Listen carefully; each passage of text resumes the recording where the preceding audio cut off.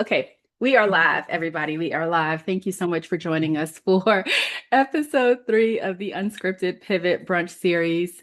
Um, today, I I wish I could tell you all how important this is for me. And I know these sessions, these episodes are not just for me, but as someone in the midst of her own pivot, having gone through multiple pivots in my lifetime, and as someone who works with clients from a career perspective who are going through pivots, having Leah Davis, our guest today, on with us was not even an option. So, backstory just a little bit. We met in the group chat.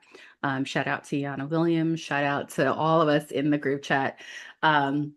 We met there. And when I read her introduction, I was like, oh my goodness, we have so much in common. I knew I wanted to have Leah on to talk about money, finances, the pivot, how pivots impact your finances and how finances impact your pivot.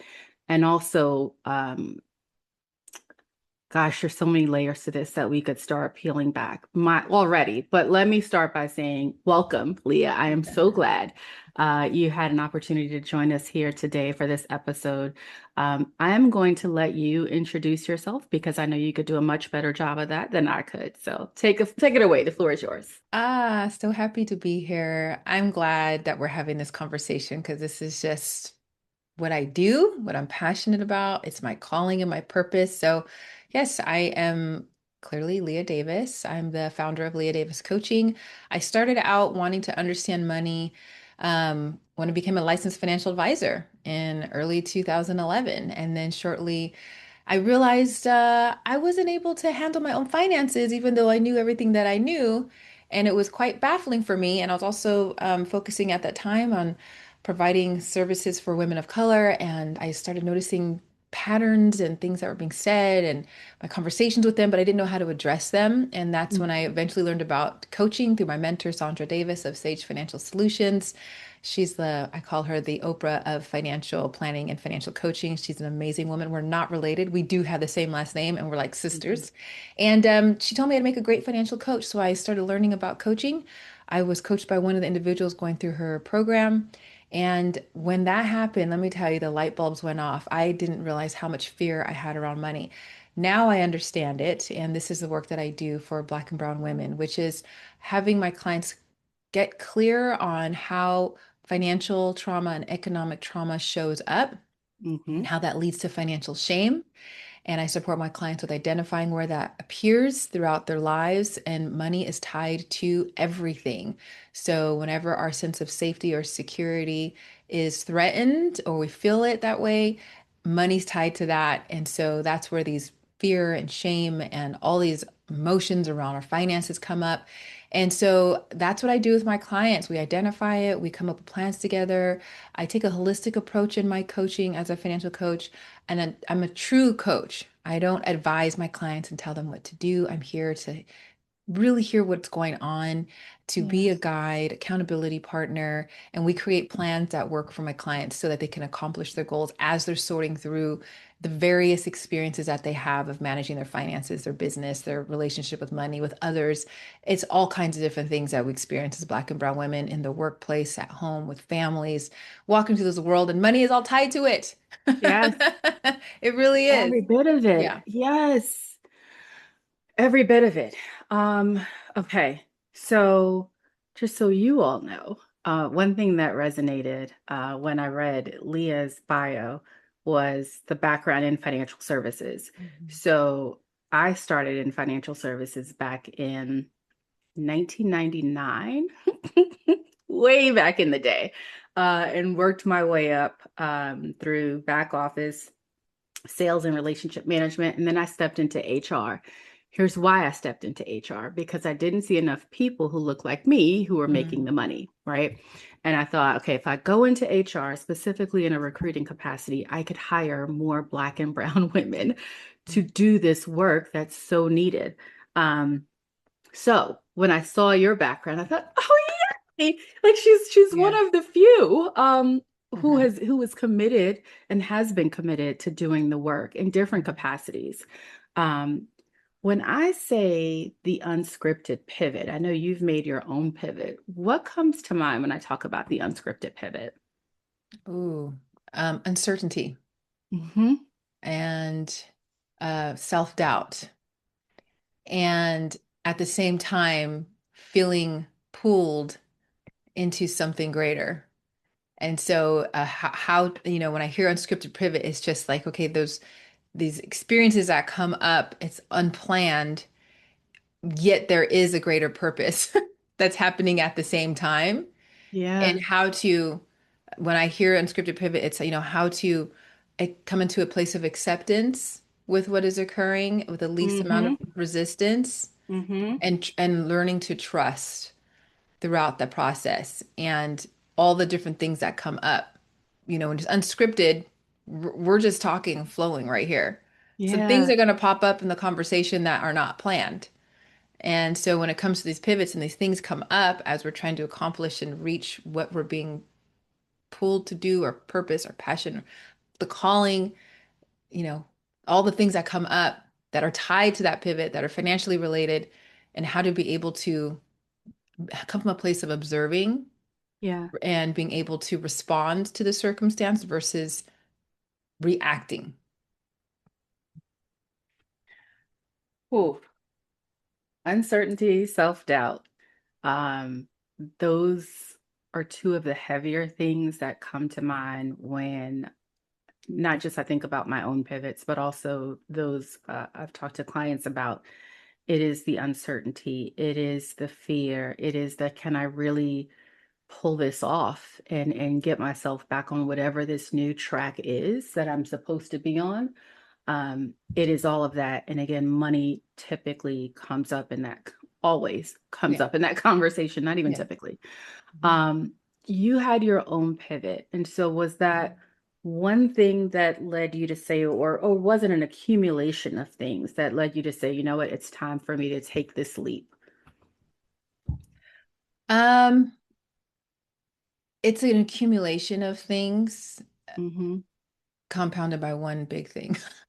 So, Mm, okay. it's like I'm thinking of this in the experience. I'm going to use this phrase. I don't know if you heard the big T trauma, little T trauma. No. Okay, so big T trauma are things that are like war, um, death, Yeah. really big traumatic things, natural Hmm. disasters, right? Little T trauma are the microaggressions, the biases, the comment, the smaller, they're still they compound over time. Yeah. That can lead to a big experience. And then there's so we as Black and brown women, we experience big T trauma, little T trauma all the time. So I'm saying that because that's what came to mind when you asked that Yeah. question. Was it one thing or multiple things? I'm like, well, it's kind of like that. It was just, Yeah. it's, it is the experience of knowing, like starting out in financial services and then realizing this was not made for me. This institution, financial institution, is not me in mind, and the women I'm serving, how is that's not with them in mind either. So, then when I discovered coaching, I was like, financial coaching is like, oh, this is what it is about. I'm not trying to force myself to create it, be into a system that does not have me in mind. And Hmm. if that's the case, how am I truly going to serve my clients with that too? Whereas as a financial coach, I said I meet my clients where they are. I Yeah. support my clients with being able to pave their own way, right? And so for me, that's for myself as well. And then just big things, work last place where I worked full time, it was not a great experience, and I ended up leaving abruptly. And so that's where I was like, okay, I'm going to go into my business full time. And quite honestly, now I'm looking into being employed somewhere because of the way things have been for us as business owners and for me as a Black woman and contracts being lost and this AI changing things. And I'm like, okay, so I'm pivoting with this now Yeah. and going back, looking for employment. And yet at the same time, with the way in which I'm approaching it is different. 2 years ago, I couldn't even consider looking or being an employee somewhere. I was completely activated based on that one big experience that had me leave and go right into my business full time. Mm. And then now I'm like, okay, well, I'm going to go back, but I'm not having that experience anymore. I've in Yeah. between the past 2 years, the work that I've done on myself and just coming into acceptance and being like, now I'm like, okay, well, wherever I work, it's going to be somewhere where I'm completely clear about what the experience may or may not be, and I'm okay with that. And you're going to be investing in my business anyway, because I'm going to be able to calm down. For me, this is where I'm at right now. The the experience of what it's like and being an entrepreneur, full time while being a single parent and having all those things going on. Like, okay, so this is just what it's gonna be beneficial for my business, family, everything all along. And do I necessarily want to be working somewhere for someone? No. And so there's gonna be my next season of being in gratitude wherever I'm at. Yeah. And I'm making sure I'm gonna be somewhere where I'm gonna be able to have maintain my lifestyle. Yeah. Get up, my practices every morning. I'm going to work from home. I'm not going to go work somewhere. I'm going to be able to go Hmm. to the gym, take care of my daughter, do this, and be able to do my business. So I'm pivoting with that right now. And it took a whole lot of conversations and prayer. Yeah. A whole lot. Yeah. And I'm saying a whole lot because I get it. I don't know how much of this is resonating with you, Michelle, but like I so get it as an entrepreneur who also works full time, who's also the single mother, two girls, both one is more of an adult than the other. But both pseudo adults, right? I don't think they claim the title of adult, not yet. But I get it. I get it, and I get it in a way that I think we need to talk about more, and that's what's next for you and so many others on the other side of this doesn't necessarily look like what it once did when we think of career and when we think of the path we take. And I think giving ourselves permission to say, hey, this is what I will accept, this is what I will not accept, that level of clarity, that level of confidence, um, it is shifting things. And of course, recognizing the environment as it is now, right? Things are truly shifting as we make these um, pivots. And then it goes back to money. It Mhm. always goes back to money. Like, how free can we be with this pivot? Um, Beyond that, we used to think about salary ranges and all that fun stuff. How much do I need to live off of now? And what I know is coming into play, Leah, is the financial trauma, if Mhm. you will, right? That so many of us, right, have experienced, not just as single mothers, but so many of us just across the board have experienced in some way. um, when I say financial trauma, like I know what that looks like in my head, but how do you see that show up in someone's day-to-day life? Mm. That's a great question. And it varies. It can Hmm. show up in okay.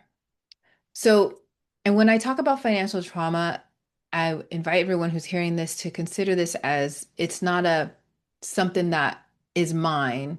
Like I'm the reason for this experience, right? So when I talked about shame, right? Hmm. Financial trauma leads to financial shame. So when I say financial trauma, I'm talking about um, if there's been any point in our lives where we have felt a lack of safety or security that and throughout our lives, it can be childhood, it could be later on in life. When Hmm. we experience that, our safety and security is tied to money because we need money to be safe and secure. Yeah. And so when we've had experiences where there's been a lack of food, job loss, inconsistent income, everyone's story is different. Financial Hmm. abuse, when, someone who has harmed them financially, whether it's family or spouse, ex-spouse, Yeah. it can be, you know, going into the workplace, being passed over for a salary increase, not being able to negotiate when you know somebody else is able to negotiate a salary increase or something. All those things tie in. And then what can happen is that because of those things, we can start to feel like, and I'll speak for myself, like something's wrong with me. Mm-hmm. And so when those feelings come up, what do? We want to feel better. And Yeah. financial shows up in behaviors. The financial trauma can show up in behaviors and the shame, which can be um, uh, not not going for the promotion, under earning. It could come in Mm. overspending. It can come in avoiding financial conversations. It shows up in all the fight, flight, freeze responses, panic over checking banking or accounts, avoiding looking at retirement accounts. So anytime there's behaviors of running from it, hiding from it, avoiding, or it can be on the other side of it, which is holding on to the money, not spending it, a Ooh. fear of losing it because if or doing things to be able to that it's like okay, like I'm gonna give an example. So um I have a friend, she's Samoan and grew up in a very she was adopted, but prior to that she was unhoused. She's got this Yeah. amazing beautiful life right now, and it's interesting. One time I was talking to her and she said she always has to have $10,000 in her checking account, and anytime it's less than that, she goes into this. She panics, and I'm hearing her talk, and I'm like, okay. And I asked her a question, and she said, well, I have to have that money there because I can't go through that experience growing up.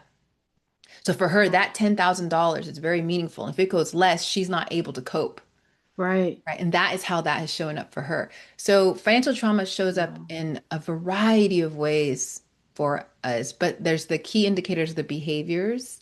And the Mm-hmm. thing is someone may find themselves saying, I just need a plan for my money. And I'm saying that because this is one of the number one things out of the hundreds of Black and brown women I've coached. It's typically, I need a plan. I just gotta have a plan to know what to do with Yeah. my money. It's not, I don't know quite know what to do. I need a better plan. When really underneath it, I know this. My clients may not know this. I'm like, there's something else going on. And typically it's because there's behaviors that they're not able to change to be able to reach their goals, to implement a plan or to know what to do or to have the conversations. I'm saying all these things. Basically, it's a lot. It's a lot. It's Yeah. a lot. And so I'm sitting here writing so much. Yeah. And I was like, yeah, the under earning. I think about even now when I tell someone to negotiate their salary, and they're like, whoa, Kristina, like now? You mean like in this environment? Yes. I'm like, yes, I'll speak from my own experience. I a recruiter reached out to me recently about an opportunity, and I said, okay, looks good on paper. But here's where she messed up. And where many mess up. She's like, do you know how hard it is to find somebody with your level of experience in this particular space? And I said, yes. And it was in that moment. I said, and now it's gonna cost you. So she told me what the range was, and I was like, yeah, I mean, that's cute. But here's where we need to be, right? And I got it. And Mhm. I'm saying that because I have my own level of financial trauma that I've worked through. I don't talk about it often. I know people look at this handle, this social handle, this virtual six-figure mom, this brand that I've built. But I didn't always make six figures, right? Like I used to live in a small room in this basement apartment in Queens as a single mother in an abusive relationship. Like I could keep going, right? Walking to work at one point when I was pregnant with her, and I was young. And to go on to kind of pull myself through so much, there's still that layer of trauma that's there, right? When I think about money. So you said something, and I'm writing, I'm like, okay, under earning, overspending. But then you said underspending. And I was like, well, that's new. That's new. And I never thought about that as kind of one of those behaviors. Mhm. Um, so what you see is like the challenge is changing the behavior. I'm a planner girl at my core. Everything has to have a plan. That's kind of how I was raised. Like you don't say this is just what you want to do. Like what's your plan to do it? So I jump immediately into a plan. So I'm one of those women you're talking about is like, no, I just need a plan for my money. Like if you could tell me like what that needs to look like, and I'm going to write it out and I'm going to execute. And you're like, no, we're not there yet. Like we got to pull back some other layers, which as I'm saying it, I'm like, that goes back to being scary. Like I can feel it in my body. That goes back to Yeah. being hard. Right. So I can tell. Your body, your whole body changed as soon as you started talking about having a plan. And I could Get sense it. it. Yeah. Are you feeling it like in your chest or your throat? Yes, Yeah. Leah. I literally can feel it. It's wild. So the and that makes complete sense. And on the other side of this too is it's interesting. A lot of people will assume that I coach women that are broke and destitute. And okay, yes, there are clients that I've had and working in the nonprofit sector that are, lower income. They've been recently unhoused, living in shelters. And I've coached women all the way up to C-suite executives, women that are just balling in the money. Yeah. The behavior, the fear and the trauma and the shame and the anxiety and worries around money can is still there with those who have a lot because now it's what if I lose everything? So and what comes up in that and what I'm hearing you say is that fear. And again, that it goes back to a sense of safety and security. Yeah. So, it doesn't matter how much money you have, we can all experience it. And the thing is, the key is being able to um, understand what's happening Hmm. and to have that, like, okay, like sense of curiosity and having a profound way of being able to hold yourself and be compassionate and calm down the nervous system. Yeah. Because it's there, like, and and then the other part of it, because we're Black women, we can carry on like the something's wrong with me. I have Hmm. all these things. I should be the shoulds. Hmm. I should be feeling better than that. I shouldn't. Why am I even at why, this shouldn't even be a thing. And then that's where the shame comes in. But the question is what I've learned from this program I've been in, the Trauma of Money Institute, to get certified. The question that I've learned to ask myself is whose and my clients is whose shame is that? Is Mm. that shame that was given to me from somebody telling me that I wasn't good enough, I wasn't going to amount to anything, and I can't do anything right? Is that Mm. shame come from externally, the messaging that we get that you're not good enough to get the promotion, doors closed, you now, or all the Black women who are now out of work?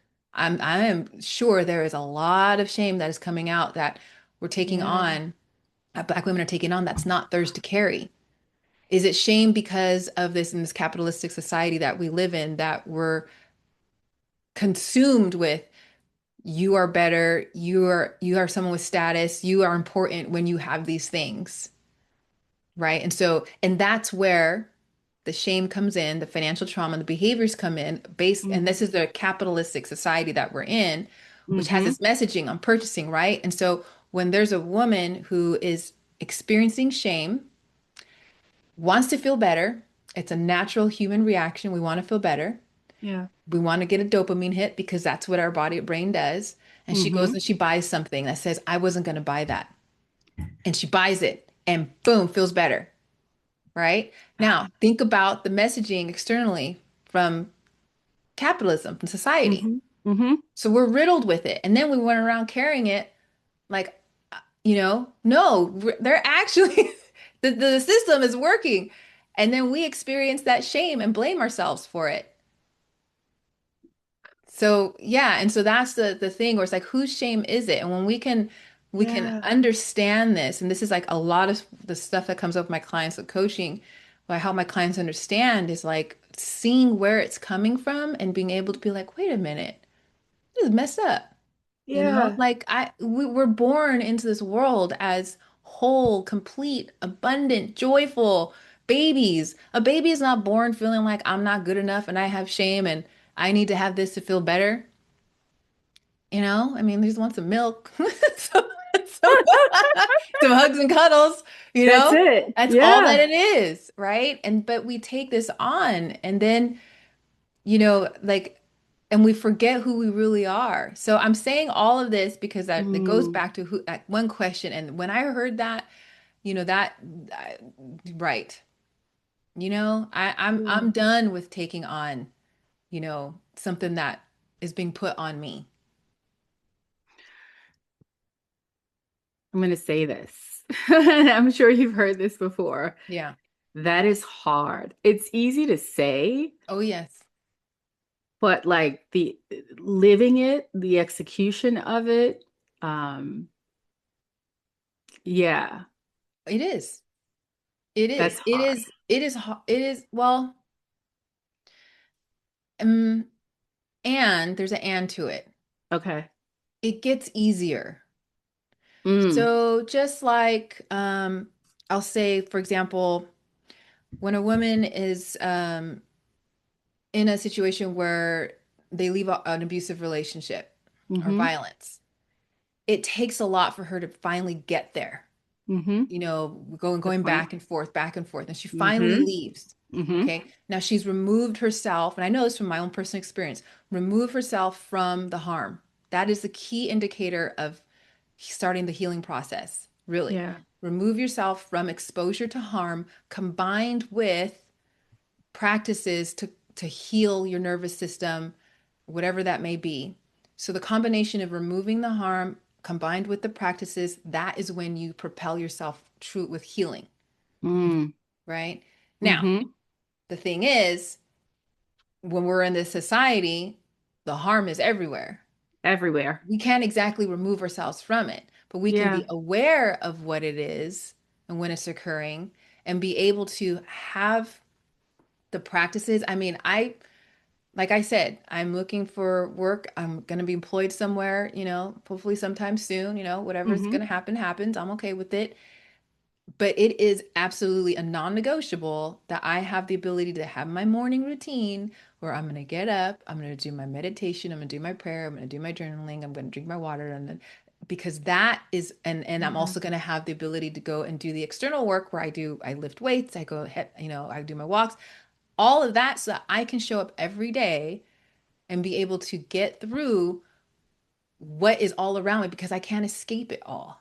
Mm, It's going to be there, but I can build a shield around me and I can be that energy no matter what is going on around me where I will be that I will be showing up. mm-hmm. And I notice now it's easier for me to notice when I'm feeling activated. I know I notice it. But I wasn't that way before because I was in a harmful relationship. I was being exposed to the harm. I was constantly activated. It wasn't until I got away from it. So it is hard, right? And Mm-hmm. it gets easier. And as it gets easier, here's the other part that I learned Yeah. that when things happen, because I'm so in tune with my body, I feel it more than ever. Add in perimenopause, Whew, that right? beast. Yes. And it's like, and my therapist actually pointed this out. He said, it's because you are more in tune with your body and you've done so much healing work on yourself, you're going to feel it more intensely, but it doesn't last as long. Okay. So, to say it's hard and it gets easier and And the it gets duration easier. of the pain gets shorter, the more that you're able to identify and know what works for you to be Mm-hmm. able to calm your nervous system, regulate your emotions, do all the work for your, and that's as for me, this is a lifelong, this is not ever, this is my life. Yeah. It gets easier. It gets easier. It gets easier. Okay. Have to keep saying it gets easier. And I'm really, really thinking about, and you touched on this a second ago, the 600,000 Black women who were forced out of the workforce in 2025. I know for a while we were like, oh, 300,000. And I'm Yeah. like, mm-mm, that was mid-year. It was 300,000. Mhm. 600,000. And I think about how their financial trauma is showing up now as they navigate whatever the pivot looks like for them. Unscripted, because they didn't, you know what I mean? They didn't plan to leave the workforce. Some have decided to stay out completely. And I think full-time entrepreneurship comes with its own layer of stuff that we don't talk about enough.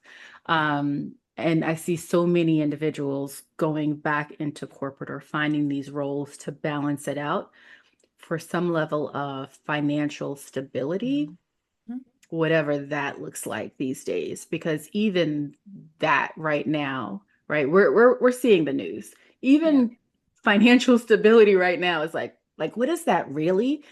Um, what do you say to the woman who is in that space, one of the 600,000, and they're like, it's the fear.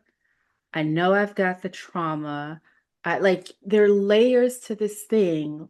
What am I going to do? It's not a plan at that point, right? So what is it? How Yeah. do you address the behaviors that will likely creep in the midst of the uncertainty and chaos and whatever this is that we're Yeah. calling America in 2026? Ooh. I think it would be more along a question versus what do I say? I mean, the Mm, saying would be a question, which is who or what is necessary for you to embody if this were to last a lifetime? give And me a minute. I have a reason for that. Go ahead. Yeah, I'll give you a minute. If this were to last a lifetime, so if this is your new normal, okay, go ahead, keep going. And the reason I asked that question is because I heard that question at a time where everything had fallen apart in my life. It was either those similar, but either way, that's what it was. And the question Hmm. was, who would I need to be? What would I need to embody? And the word that came up for me was for me at that time, it was perseverance. Hmm. Another time it was patience. And in this recent season, it was patient, infinite patience.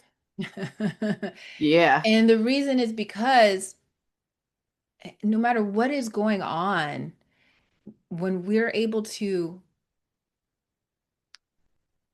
name what that is, Hmm. whether that's loving, patient, kind, grace, I don't know what that is for somebody, then that becomes the daily practice to be that.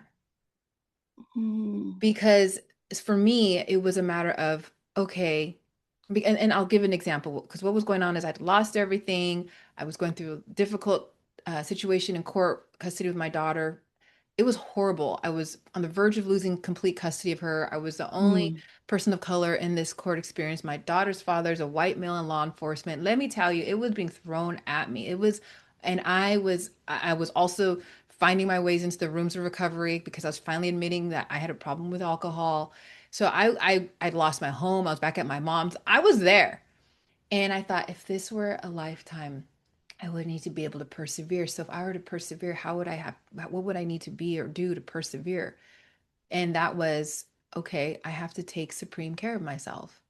And for me, how am I going to take supreme care of myself? What are the things that are harming me? I've been through so much. Why am Hmm. I, and I remember asking myself this, why am I going to cause more harm?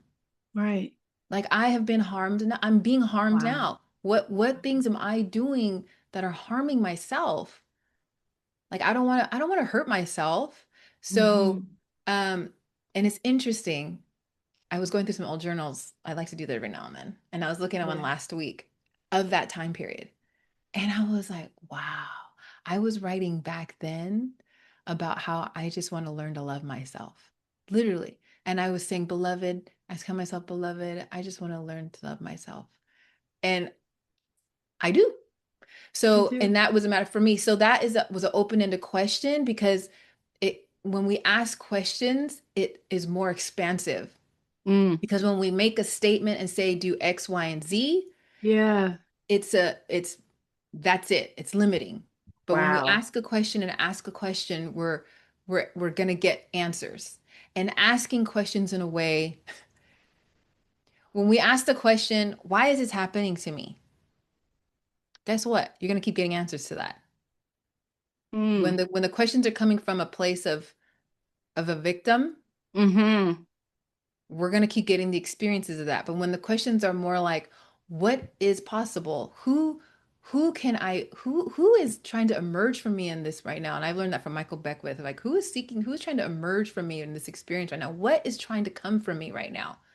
So Yeah. for that woman, for the Black woman who's been let go, who's going back to work, who's thinking of going back to work, who's trying to start a business, and feeling all of everything that we know what we're experiencing, the fear, the anxiety, the self-doubt, the not trusting decisions, trusting in others, the circumstances, situations, we're individually and collectively we're going through this.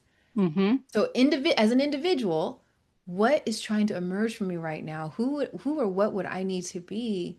What is possible?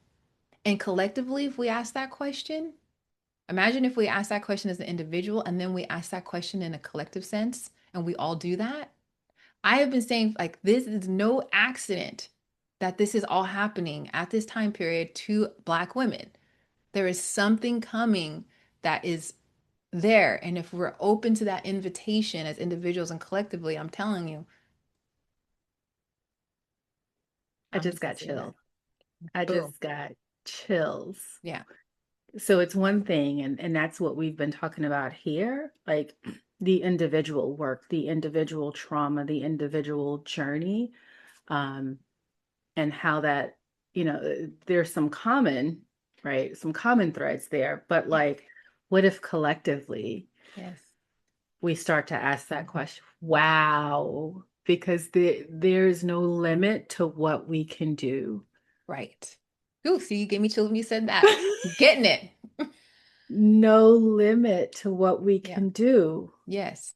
So if we all, if even if a small percentage of us Yeah. started to have these conversations and begin to do this healing work and being like, this isn't an accident and this is happening to us. And then for me, looking back at the different things that have happened repeatedly, and they're going to keep happening until I get the lesson.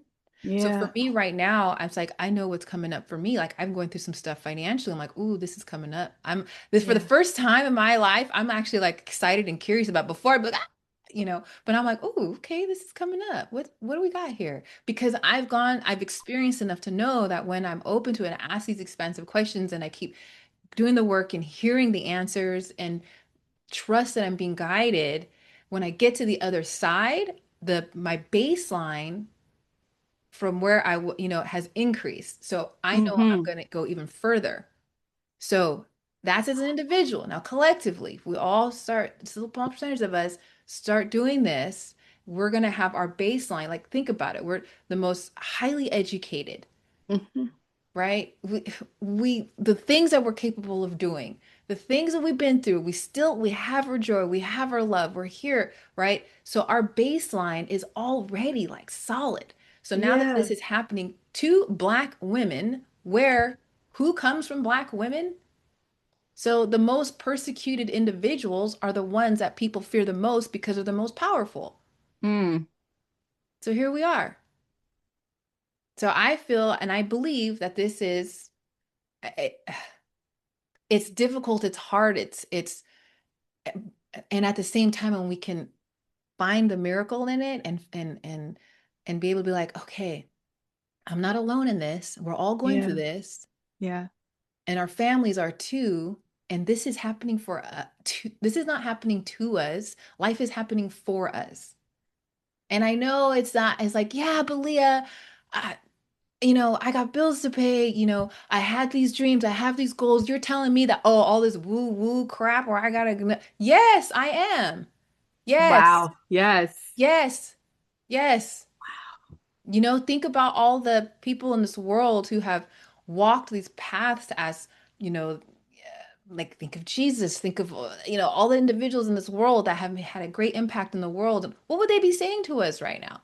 What can Mm. we remember? Who in our lineage, who in our ancestral path is that person we can tap into who was like who paved the way, who was a leader, who saw a new future or something and was going through stuff so we can be where we're at. Well, okay, well, here we are. We're being called to something greater. And when we can hear that and come from a place of that, okay, versus why is this happening to me and to us? I had these other plans. Well, we all know God has a plan. Yeah. Yeah. Yeah. Yeah. Wow.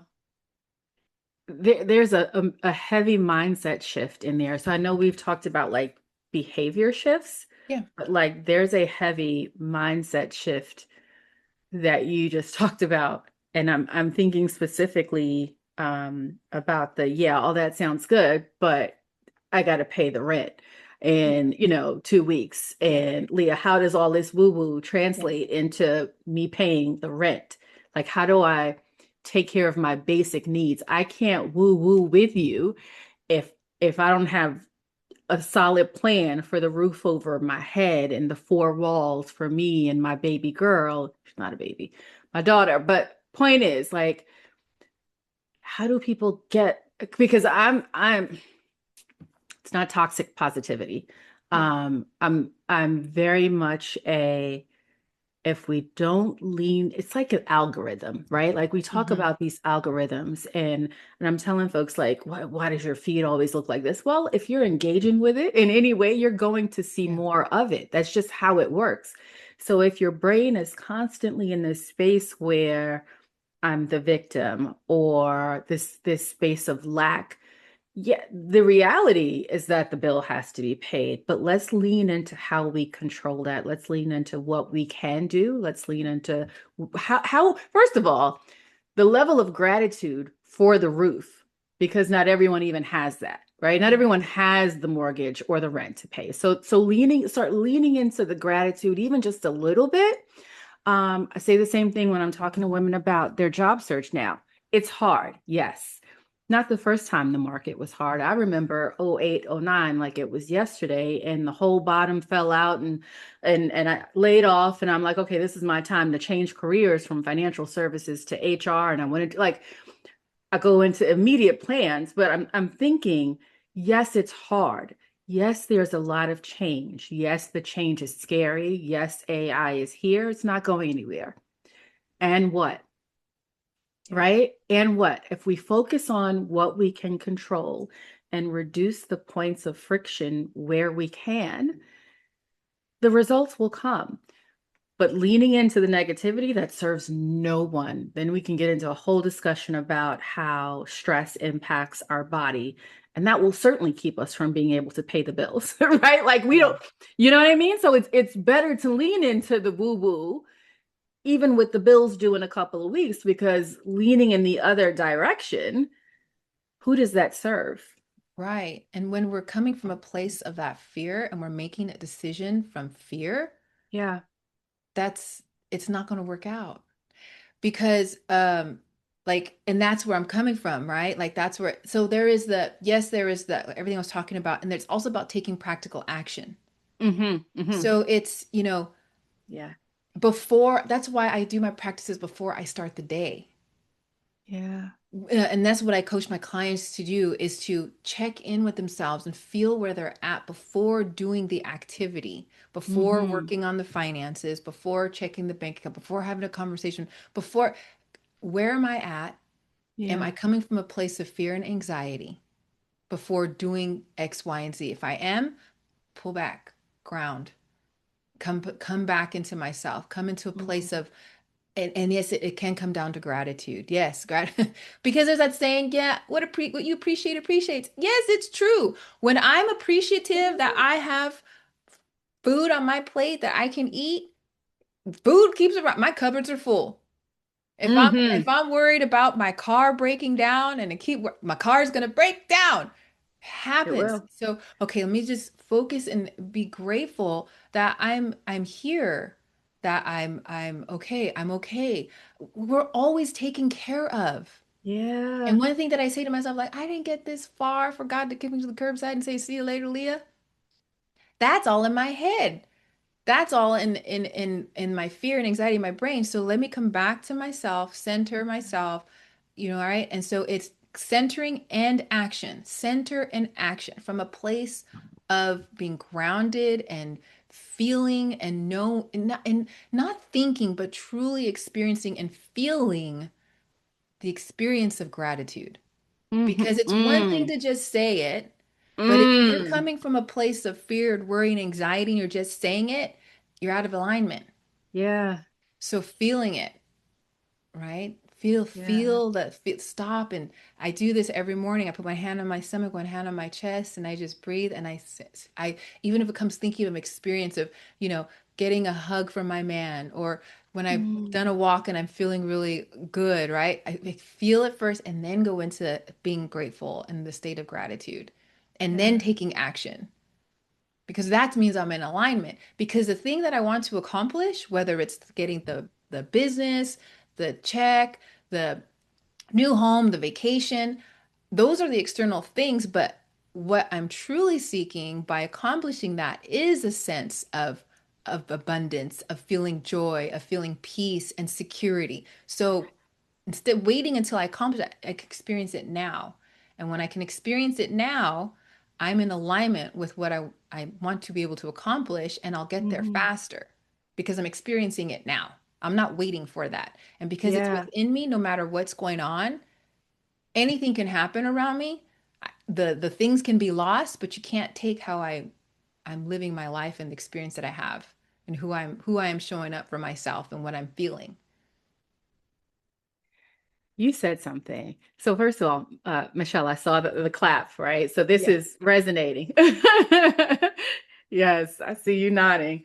Um, yeah, you said something, and man, it's not enough to say that I'm grateful for things. It's not enough for us to just say it. It can't be lip service, Yeah. right? It actually has to be genuine. It has to be truly at your core. You recognize how grateful you are, and he didn't bring you this far just to bring you this far. Yeah. That wouldn't have made sense, right? Well, why would that be the case? Like it is what you desire is within you. Um, so I'm going to say something because I know as I was talking to folks about this episode, I'm like, this is not going to be the spreadsheet, the budget app episode for you. Yeah. Like, that's what you're looking for. This is not it. Yeah. Because what I've realized with myself, what I've realized in others is that beyond that, like I've got my own budget workbook, I've got a couple of apps, all that's great. But there are other layers to this thing that I don't think we talk about enough, right? We jump to the plan, we jump to the spreadsheet, we jump to the workbook, but we need to work on some other things, not just the behaviors, but also the mindset. Um, deep breath. Deep breath. And I'm taking that not just for me, but for so many others who I know are watching this now. Um, deep breath, because it's all doable. It's all possible. Yeah. Um, our perspective on it may need to shift in order for it to become our reality. Yeah. The Yeah. curiosity is the best way to get there. Hmm. Just to be just be curious. And it doesn't even, one of the things that my dear friend Sandra Davis has said to me and stayed with me that helped me, because she's also like my coach friend. She'll say, "What do you notice? Just notice what you're noticing." Yeah. And that's it. Just notice it, and that Notice what invokes you're curiosity. Just noticing. notice what. So when you're going to, you mentioned the spreadsheets. Some this is working on the behaviors, the mindsets, and when you're Yeah. thinking of it or doing something, just notice what you're noticing because you're able to then just start that curiosity. And when we start being curious, and then we start asking questions, then we can start getting some answers. So sometimes it's you know people may go into the doing of things, Hmm. right? Doing, I got to do this, do the spreadsheet, do the budgeting. I got to do. Yes, and we can also just be and just observe and become the observer. Notice what Mm-hmm. you're noticing, and then that's when you can start to be like, oh, you start to see things. And and then that's when you start being curious, someone may come along and a book may arrive at the right time, or you get an email, or you hear a conversation like this, or something comes up and it starts to move in the direction for you, right? And then when you're coming from that place of gratitude and of also the acceptance of what is, right? Mm-hmm. This is what this I've got to accept. This is the circumstance that I am in right now. When we fight it, we create more pain. But when we can accept it Mm. and come from a place of like, okay, and then just start observing and then paying attention and then just, and you said you take a deep breath, and when I saw you take that, I was like, where for you, I'm curious, and for someone, at what point do you feel I got to take a deep breath? Is a deep breath when it comes to thinking of the feelings and the Mm-hmm. emotions? Is a deep breath because there's the behaviors? Is a deep breath come because you're thinking of the spreadsheet? Like where are you taking the deep breath? Mm. Because that's a big clue for you right there. Yeah. Mhm. I'm thinking about the spreadsheet.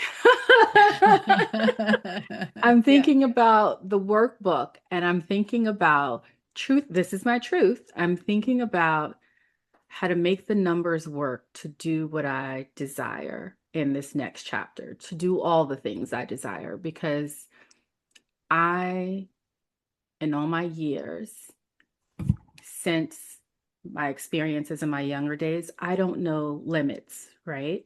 I don't I don't believe that there isn't anything that I desire that I can't have. I don't. Now, I may not have it today. So then I immediately go into the plan. Well, how do I make it happen? What do the numbers need to look like?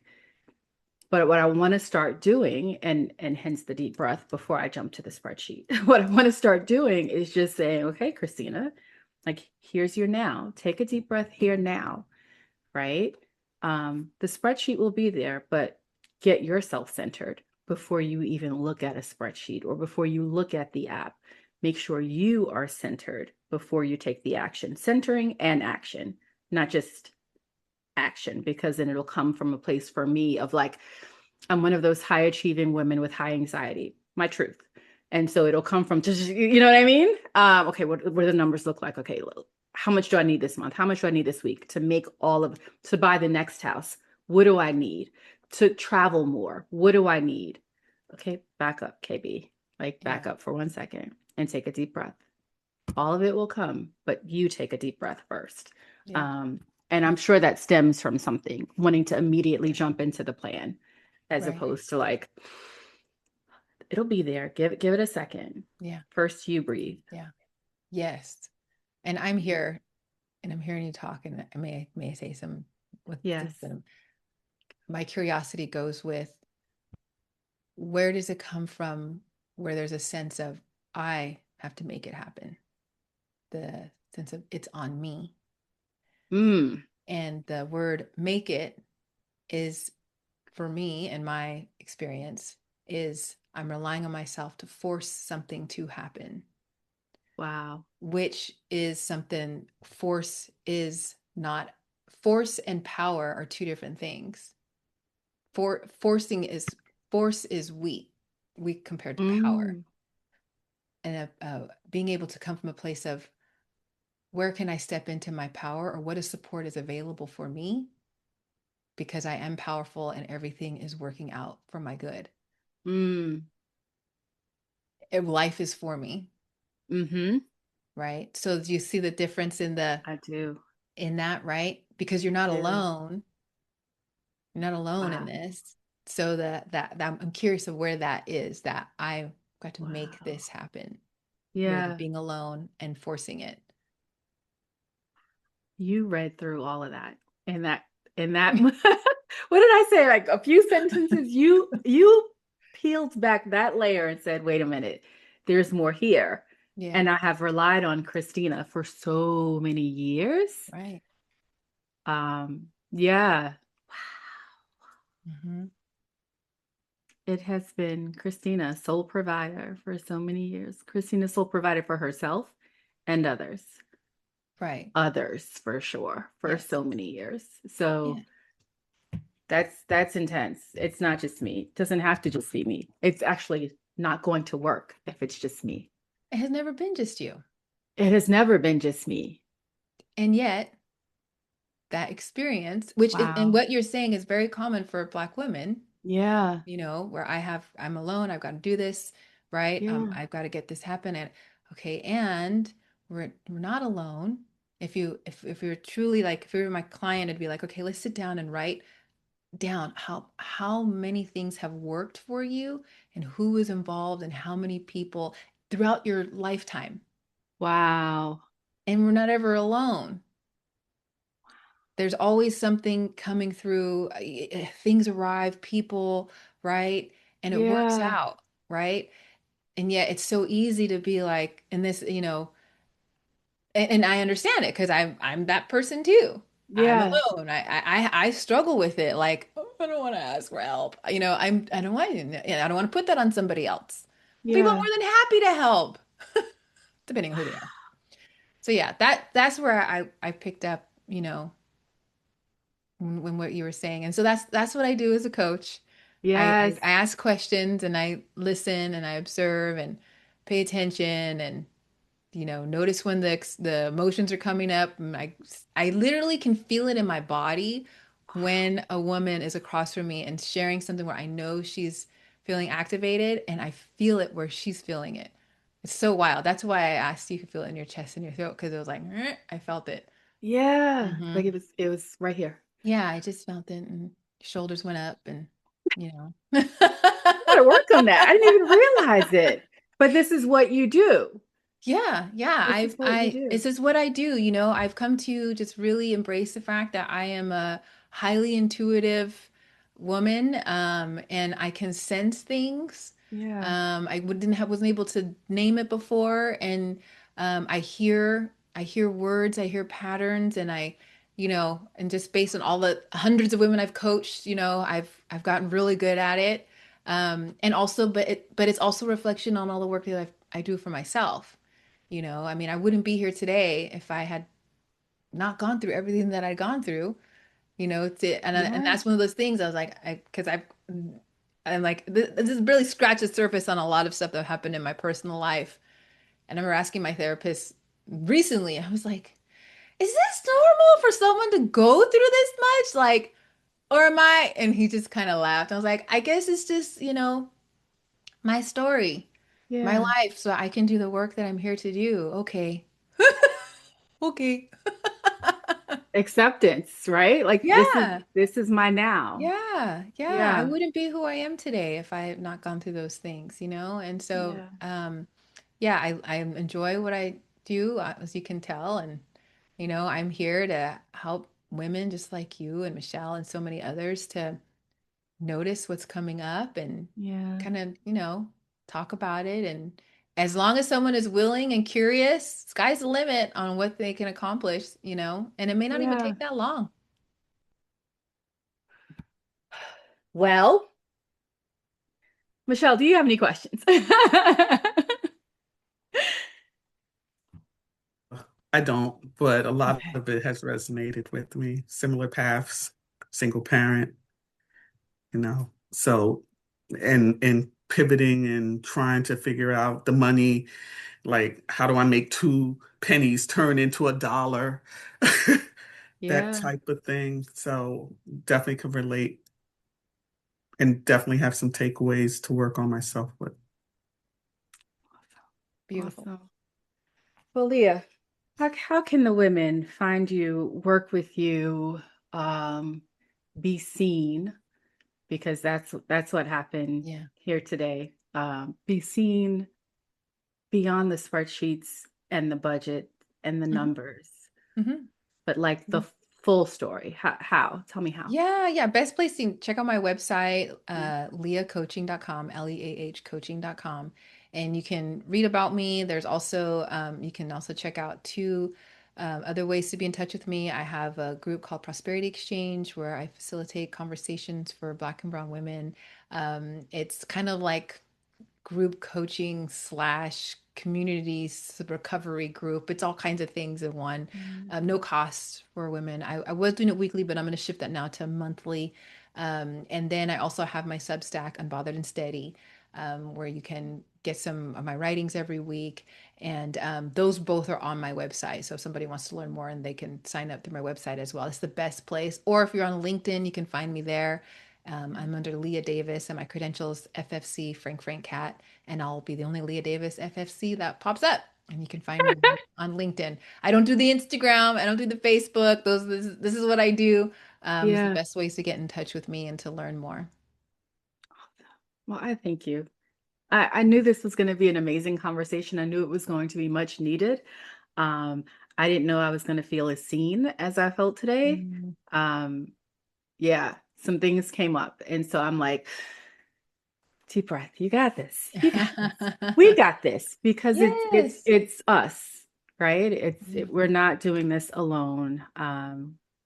It is conversations like these, and my hope is that it touches those who are watching the replay.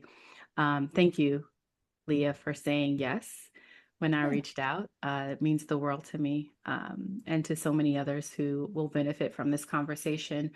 Thank you for joining. Again, for those watching the replay, thank you so much. Have a fantastic rest of your day. And you and I, Leah, will talk soon.